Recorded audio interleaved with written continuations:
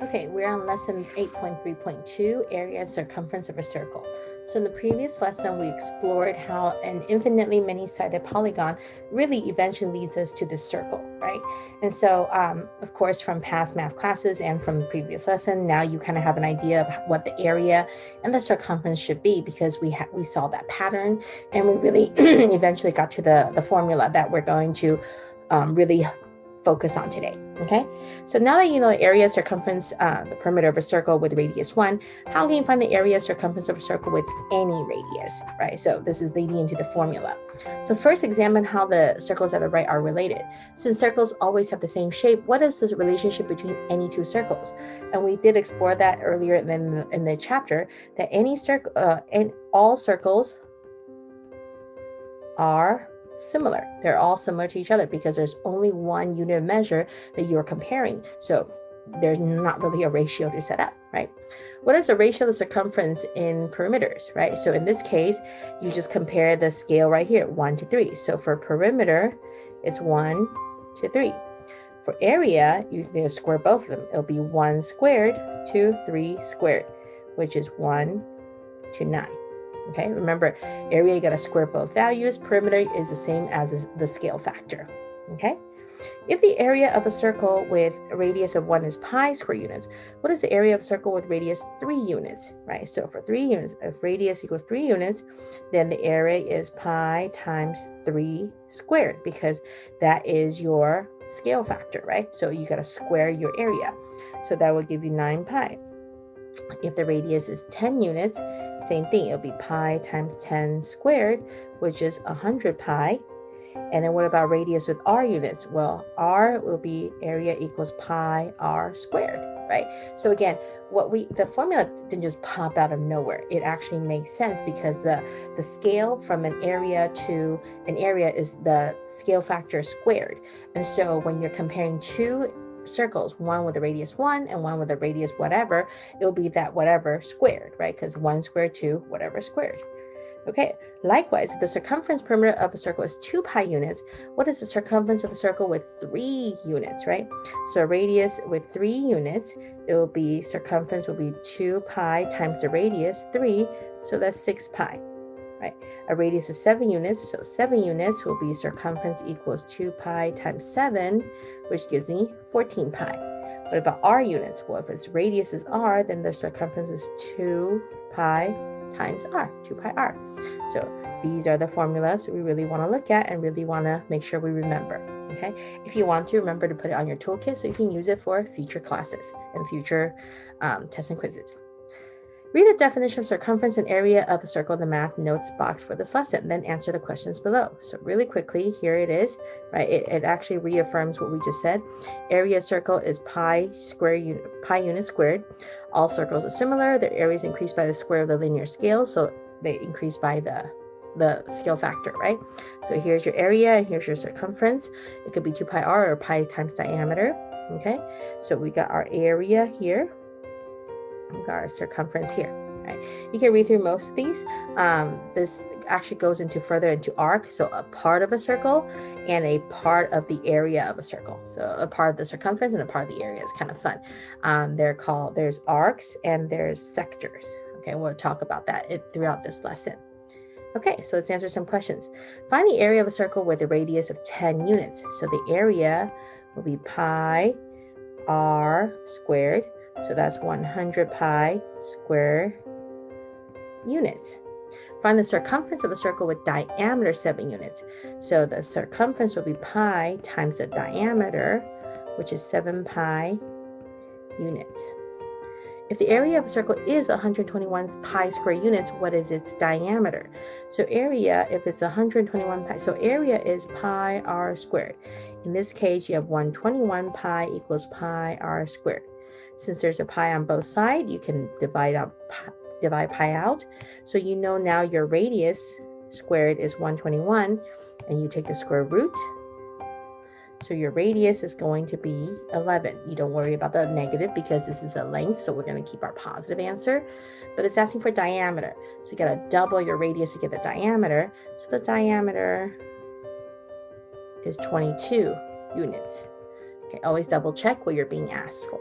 Okay, If the circumference of a circle is 20 pi units, what is its area? Okay, so first of all, circumference is 2 pi r. So now I'm going to set my answer 20 pi to equal 2 pi r. Same as before, since they both have a pi, you can divide it out. Now you're left with 20 equals 2r divided by 2. Your radius is 10, but it's not asking for radius, it's asking for the area. So now take this radius, go back to your area formula. Area equals pi r squared, so that's 100 pi square units, and that'll be your final answer. Okay? All right. Moving on, the giant sequoia tree in California are famous for their immense size and old age. Some of the trees are more than 2,500 years old, and tourists and naturalists often visit to admire their size and beauty. In some cases, you can even drive a car through the base of a tree. Pretty cool. One of these trees, the General Sherman tree in Sequoia National Park, is the largest living thing on Earth. The tree is so gigantic, in fact, the base has a circumference of 102.6 feet. Assuming that the base of the tree is circular, because it's not perfectly circle, but it's circular-ish, how wide is the base of the tree? Meaning, what is the diameter? How does the diameter compare to the length and width of your classroom? Well, we can't answer that second part, so we're going to skip that second part because we're not in the classroom and I'm in my house right now. But we can definitely take a quick look at the base of the tree. All right, so we know that the circumference is 102.6 feet. So circumference equals 2 pi r. So 102.6 equals 2 pi r. To solve for r, you can divide by 2 pi. Now, be careful when you're doing this because you're dividing by two numbers in your denominator. If you're using a calculator, what you want to do is you want to divide it 2 times. You want to punch in your calculator 102.6 divided by 2. Okay, so you want 102.6 divided by 2 equal, and then divided by pi equal. So you're going to do it 2 times, because if you put divide by 2 pi, your calculator will actually do divide by 2 and then multiply the whole thing by pi, and that's not what you want. Okay, so this will give me the radius of 16.33 feet. So diameter, you want to double that, right? So 16.33, you want to double that. So the diameter is 32.66 feet. Okay, that is pretty big. 33 feet. I would say it's definitely double the classroom. Classroom is usually about 15 feet, 15, maybe a little bit wider. I don't know. I got to check out my classroom. So this is huge. It definitely can fit a car. Pretty cool. Okay. All right. To celebrate, new problem. To celebrate the victory, the girls' ice hockey team went out for pizza. The goalie ate half a pizza that has a diameter of 20 inches. Big. What is the area of the pizza that she ate? So she ate half a circle, right? So if the diameter is 20 inches, that means the radius is 10. So this tells me that the radius is 10 inches. So she ate half a circle. So she ate 1/2 pi r squared. So she ate half of 100 pi.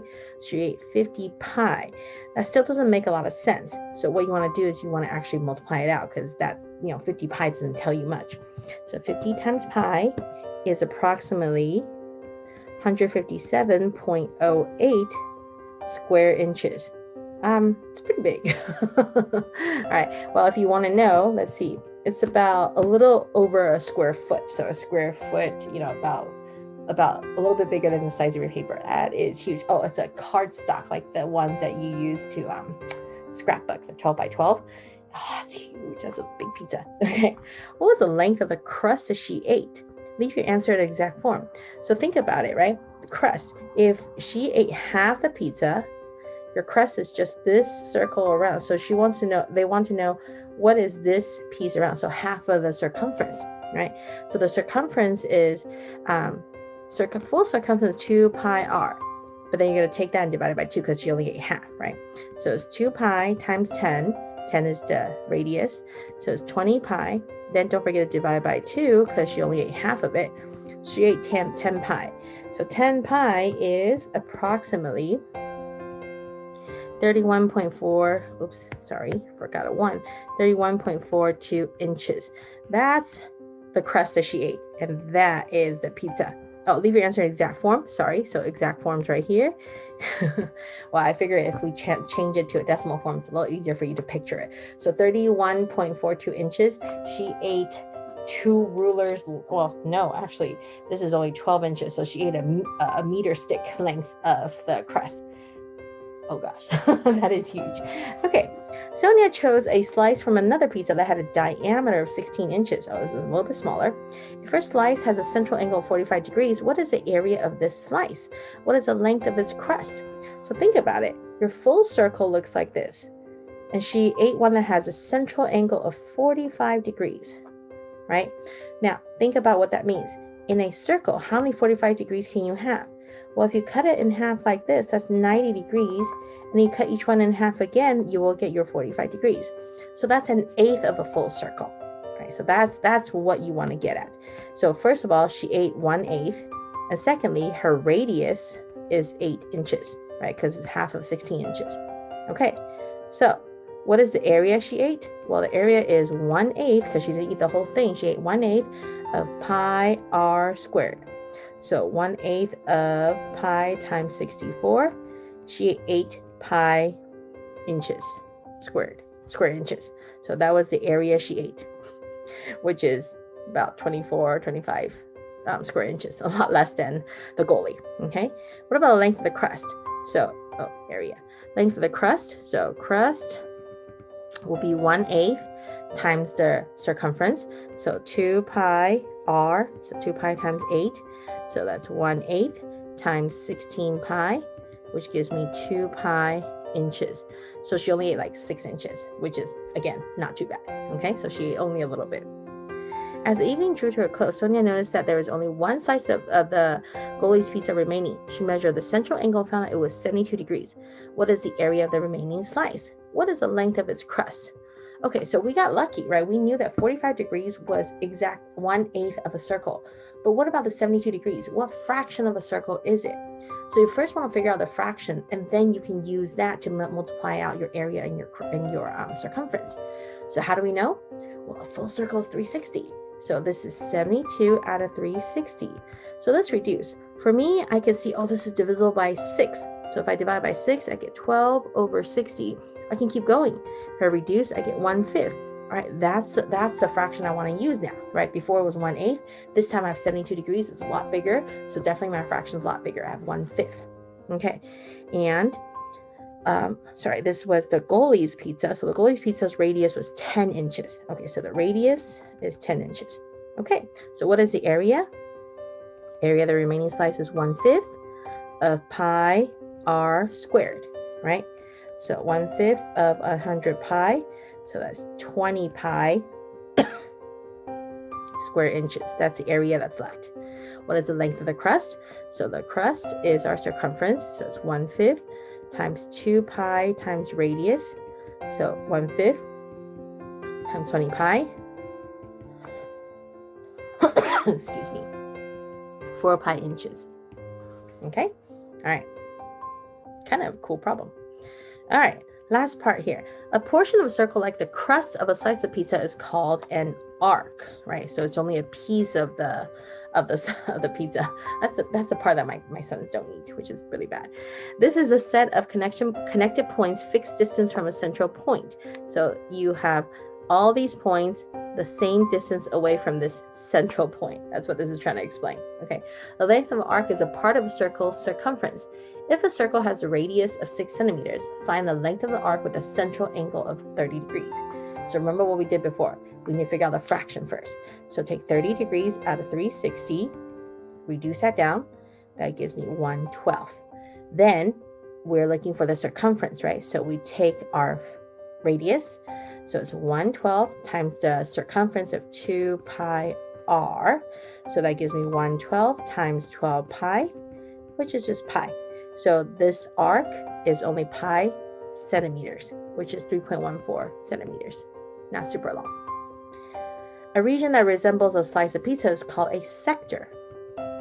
In the picture right here, right? It is formed by 2 radii of a central angle, so 2 radii, and the arc between their endpoints on the circle, so this whole thing right here. If a circle has radius 10 feet, find the area of sector with a central angle of 20 degrees. Same as before, find your fraction first. So it's 20 degrees out of 360. We reduce it to 1/18. That is our fraction. So 1/18 pi r squared. So 1/18 times 100 pi. So reduce this down. You get 50 pi over 9 square feet, right? This is exact form. Again, I really encourage you to multiply it out and kind of see about what that is, because a lot of times, even me, I can't really picture how much that is. But if I actually multiply this out, 50 pi, and then divide it by 9, I would get the approximation of 17.45 square feet. So I can see, oh, okay, I can kind of picture how much that is rather than 50 pi point 9 over 9, okay? All right, make sure to spend some time to finish out the methods and meanings to really figure out the difference between these 4 vocab: the area of a circle, circumference of a circle, arc of a circle, and sector of a circle. Okay? All right, that's it, guys.